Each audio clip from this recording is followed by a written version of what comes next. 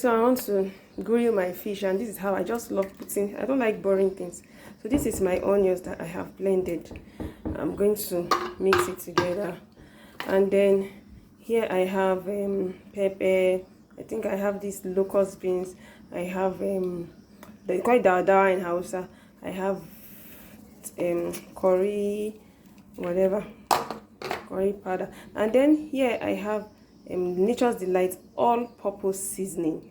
You see, this seasoning is very good, very healthy. About more than 15 spices inside this. I produce it, so you can actually have this and use it to season stew and anything. And then I'm going to just mix it and grill it, and then I have my very sweet and delicious fish, which you can enjoy with your meal.